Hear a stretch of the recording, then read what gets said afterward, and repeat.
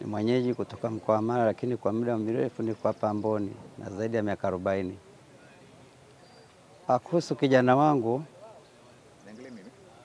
Kuhusu kijana wangu ni kwamba alikuwa ni mfanyikazi wa ujenzi kwa muda mrefu. Alikuwa anashughulika na kazi ya ujenzi. Lakini kwa bahati mbaya, baada ya kuwa anapata zile pesa za ujenzi, aliingia katika mambo ya anasa, kulewa.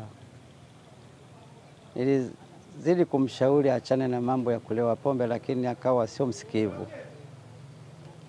Sasa katika kuendelea kulewa kila siku, kuna siku alipata tatizo la kuchanganyikiwa. Tukampeleka hospitali, akapata matibabu, lakini hapo daktari aligundua kwamba pamoja na kilevi alikuwa anachanganya na ulevi wa hizi sigara zao zinaitwa sijui skanka. Ndizo zilifanya siku hiyo akawa amechanganyikiwa. Kwa hiyo alipata matibabu hospitalini, akarudia katika hali yake ya kawaida. Lakini ghafla juzi tena hali hii ikarudi. Nimekuja kuambiwa kwamba mwanao hali ile ya mwanzo imerudi, amechanganyikiwa tena. Kwa hiyo tulichokifanya sisi ni kumfanyia matibabu kama ya first aid, na kwa tumemweka katika hali ya kumwangalia. Basi tumeendelea naye katika siku 2 katika kumwangalia, tukaona kama ile hali inaanza kurecover. Kaanza kula, kwanza alikuwa amekataa kula kama siku 1 siku 2 hivi, lakini hali yake ikaanza kurecover. Kaanza kuongea vizuri, kaanza kula vizuri. Baadaye tena kufikia jana hali ikachange. Mimi nilikuwa kwenye shughuli za kawaida tu. Mara kidogo kwenye saa 10 hivi mwanangu mkubwa aitwaye Wambura Ashonesco akanifuata, akaniambia, baba, kuna tukio ambalo sio la kawaida. Ndogo wangu nasemekana ametoroka hapa nyumbani katika ule ulinzi wa kuangaliwa, aliaga kwamba ngoja naenda sehemu fulani, kumbe ameondoka.